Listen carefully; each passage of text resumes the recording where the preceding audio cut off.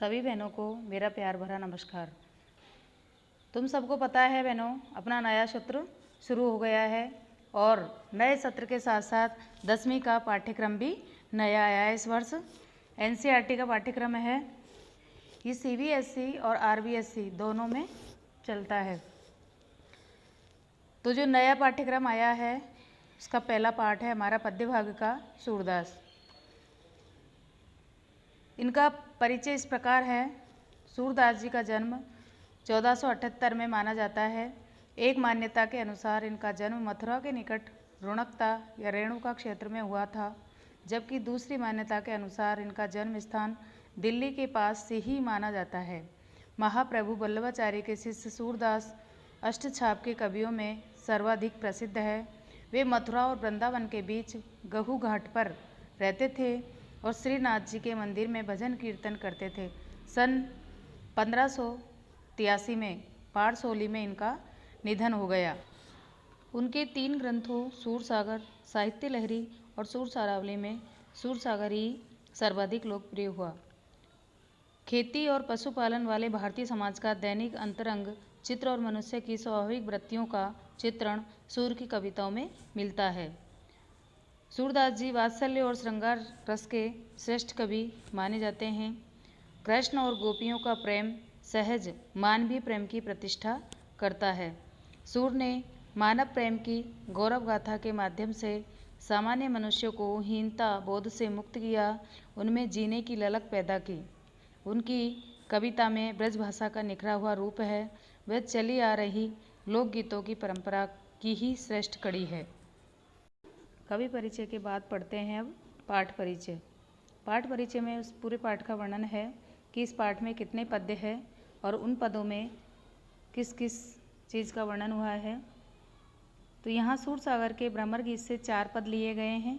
कृष्ण ने मथुरा जाने के बाद स्वयं नहीं लौटकर उद्धव के जरिए गोपियों के पास संदेश भेजा था।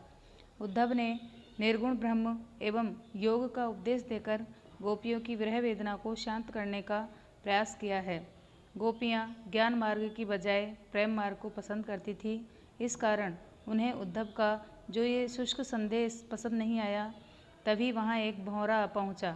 यहीं से भ्रमर गीत का प्रारंभ हुआ। गोपियों ने भ्रमर के बहाने उद्धव पर व्यंग बाण छोड़े। पहले पद में गोपियों की यह शिकायत वाजिब लगती है कि यदि उद्धव कभी स्नेह के धागे में बंधे होते तो वे विरह की वेदना को अनुभूत अवश्य कर पाते। दूसरे पद में गोपियों की यह स्वीकारोक्ति की है कि उनके मन की अभिलाषाएं मन में ही रह गई है। कृष्ण के प्रति उनके प्रेम की गहराई को अभिव्यक्त करती है। तीसरे पद में वे उद्धव की योग साधना को कड़वी ककड़ी जैसा बताकर अपने एकनिष्ठ प्रेम में दृढ़ विश्वास प्रकट करती है। और चौथे पद में उद्धव को ताना मारती है कि कृष्ण ने अब राजनीति पढ़ ली है, क्योंकि कृष्ण अब द्वारिका के राजा बन गए हैं। अंत में गोपियों द्वारा उद्धव को राजधर्म यानी प्रजा का हित याद दिलाया जाना सूरदास की लोकधर्मिता को दर्शाता है। पाठ परिचय के बाद अब देखते हैं शब्दार्थ। जितहि जहाँ से, उतह उधर, मर्यादा मर्यादा, न लही नहीं रही, जकरी रटती रहती है, सु वह व्याधि रोग करी भोगा तिनहि उनको, मन चक्री जिसका मन स्थिर नहीं रहता, मधुकर भंवरा होते थे, पठाए यानी भेजा, आगे के पहले के, परहित दूसरों के कल्याण के लिए, डोलत धाए घूमते फिरते थे, पाही हैं पालेंगी। तो ये हुए बहनों तुम्हारे शब्दार्थ और कवि परिचय और पाठ परिचय। कवि परिचय और शब्दार्थ गृहकार्य की कॉपी में उतार लेना, क्योंकि परीक्षाओं में भी एक प्रश्न आता है, कवि परिचय वाला प्रश्न जरूर आता है। एक पद में से 2 पद में से आते हैं, 2 गद्य में से आते हैं, तो उनमें से एक एक करने रहते हैं। तो ये गृहकार्य की कॉपी में जरूर उतार लेना।